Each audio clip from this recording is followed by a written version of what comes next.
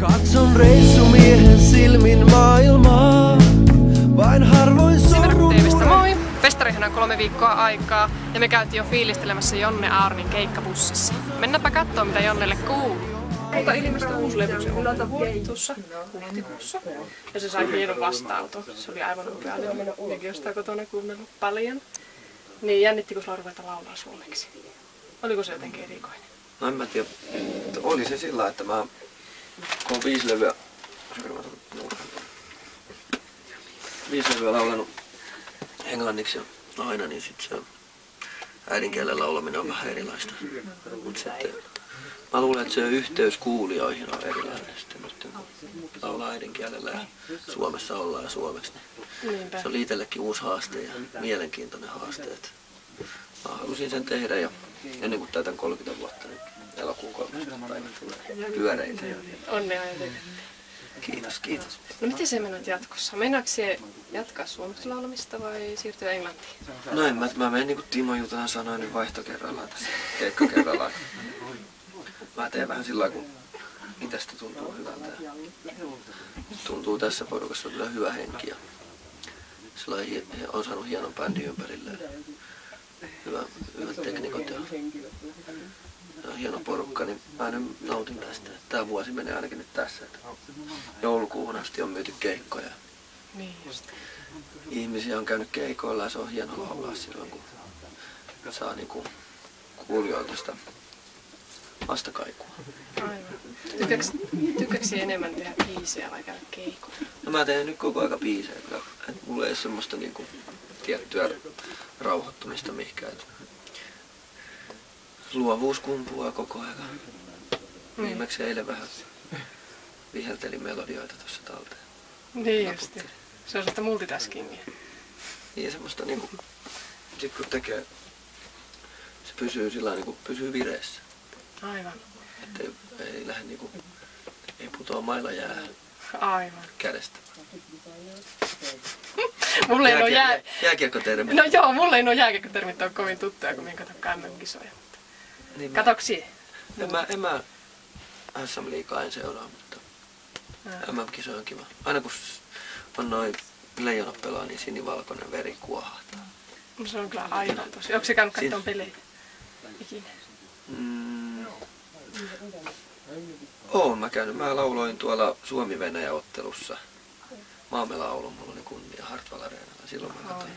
Se oli varmaan hieno. Se oli. Leijona-fanina siellä vielä. Joo. No sitten vielä sitä levystä. Onko sulla jotakin suosikkibiisiä siinä? Sinun omalla siinä Onnevuodet levyllä?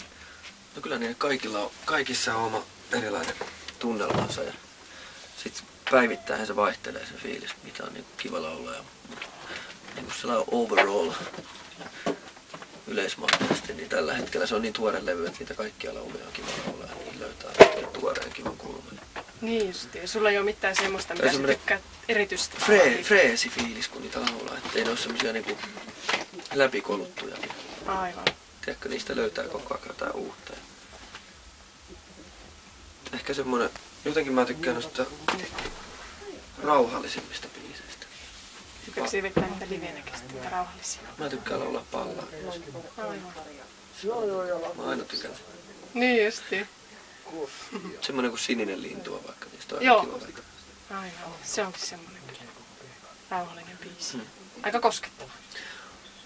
Ja sit, niin, se on semmonen surevan laulu, mutta lohdullinen. On. Muistan sitä kappaletta itse asiassa Katrin laulettu, Katri Helenan laulettavaksi tarjosin joskus ja Katri sitten sanoi, että tää on tämmönen niinku sureva laulu ja se ei oikein sopinut sit sen elämänpintaan sillä hetkellä.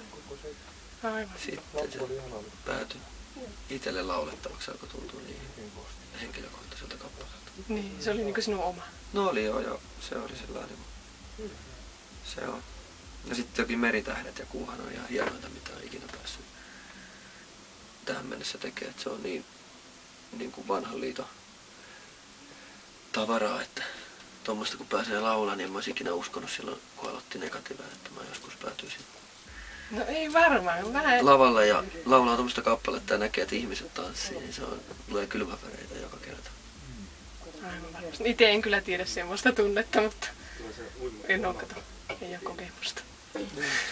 Tuossa on muutenkin, tuossa on kyllä hyvä semmoista sitten, vaikka nyt mennään reippaampiin kappaleisiin, niin joku vaarallista elämää, niin se voisi olla ihan hyvin Irvinin kappale. Vois olla. Siinähän on Veksin sanat ja siinä on vähän sinne Rentun ruusu päivitetty 2000-luvulle poljen takia. Se on se on aika monipuolinen levy kyllä. Aivan. Et saa nähdä, että kyllä mulla nyt on vaan taas tullut suomenkielisiäkin ideoita, mutta myös englanninkielisiä ideoita on tullut aika paljon. Aivan. Katsotaan nyt miten sitä. Niin, mitä sitä tulee Niin. tulevaisuudessa? Ei sitä tiedä miltä vuoden päästä tuntuu tai joulukuussa. Katsotaan. Aivan. Mutta tällä hetkellä tää on ihan järjettömän. No on. Varmasti. Sitten, millä mielellä se tulet Simerokkiin? Hyvillä mielin. Meillä on ollut siinä monta kertaa. Me ollaan oltu itse asiassa aikaisemmin Negatiiven kanssa. Viimeis kun oltiin, niin mä olin siinä semmonen tarina Dingon kanssa oli lavalla, Neumannin kanssa. Jaa. Sitten tää, mistä mä siinä Vain elämääkin ohjelmassa kerroin vihreästä tulipallosta, niin se oli just Simerokissa. Aivan. Eli ympyrä sulta. No niin, justiinsa. Mä lähden metsästään vihreätä tulipalloa Simerokkiin. Selvä. Toivottavasti se löydät sen Niin. sieltä. Joo. Sitten meillä oli Simerokin Luovuuden esiintyjä. ydintä. Kyllä. Sitten me näytin sulle se Simerokin esiintyjälistan.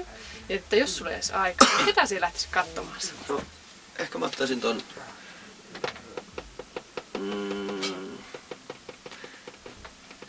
No mä vedän nyt kotiin päin. Siellä oli Dingo. Joo, siellä oli. Sitten oli Jare. Kyllä. Sitten oli Katri Helena. No niin justi. Siinä. Mutta se oli kyllä hyvän näköinen kattaus kaikin puolin. Mm. Mutta ne nyt olisi kivana, mutta en tiedä kerkeekö näkee. Katsotaan. Mä en tiedä yhtään niitä soittoaikoja ja muuta. Joo. No sittenhän se näkee Muutenkin paljon. mä jotenkin nautin hirveästi. No Katri on semmonen esimerkiksi artisti, jonka laulusta kun sitä kuuntelee, niin sitten tulee kauhean semmonen... Se on niinku semmonen...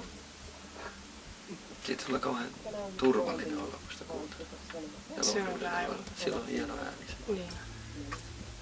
Se on. Kyllä, ja sitten vielä viimeiseksi. Haluaisitko lähettää terveisiä Simerokkiin tulijoille? Ja minkälaisia No terveisiä? mä lähetän semmosia terveisiä, että nähdään siellä on kesän kovin keikka luvassa. Kyllä, Tai niillä leveysasteilla. on kaikista paras. Meillä on bändi kovassa iskussa ja toivottavasti nyt silloin on vielä hengissä koko porukka. No on. Kyllä no. Siellä nähdään. Pidetään hyvät bileet. Kiitos. Yes. Jonne esiintyy festarilla perjantaina. Nähdään siellä. Moi!